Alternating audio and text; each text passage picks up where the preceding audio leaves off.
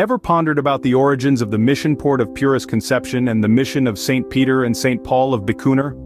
Our journey begins in October of 1780 with the founding of the Mission Puerto de Purísima Concepción. This mission, founded by Father Fransisco Garce, was nestled near what is now Yuma, Arizona. Notably, it wasn't part of the California mission chain. Instead, it was administered as part of the Arizona missions, a testament to the fluid boundaries of the time. Fast forward a few months to January 7, 1781, and Father Garce is at it again. This time he's founding the Mission San Pedro y San Pablo de Bicuñer, established to protect the Anza Trail, a critical lifeline between colonial Mexico and Alta California.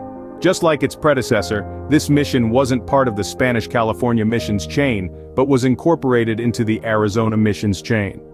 Both missions, while initially established with good intentions, soon faced adversity due to conflicts with the locals. So, what led to the downfall of these missions? The answer lies in the heart of a brewing conflict. The Spanish colonists, in their pursuit of prosperity, seized the finest lands, trampled over the Indians' crops, and turned a blind eye towards the rights of the local natives. This blatant disregard for the indigenous population's rights and livelihoods was not met with silence. In a show of resistance, the Quechan, or Yuma Indians, and their allies chose to fight back.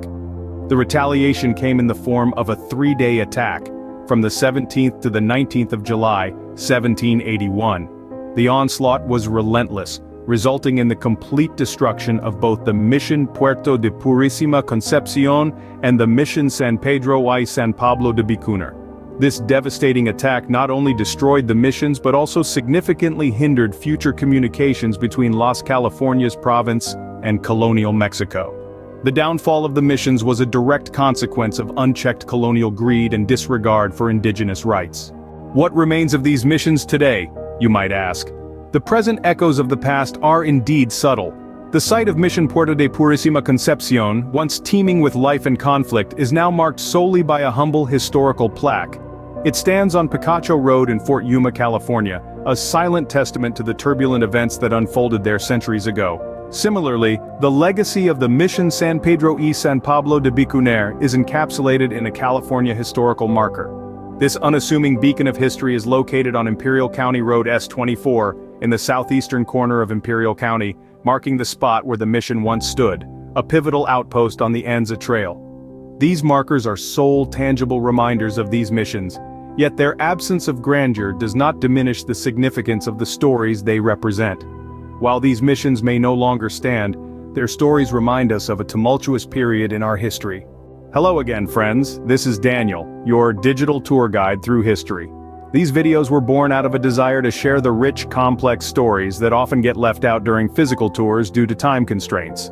It's been a fascinating journey, delving into the past and unearthing the legacy of these missions. We followed their rise, their fall, and the subtle markers they've left behind. I want to take a moment to thank you all for your support.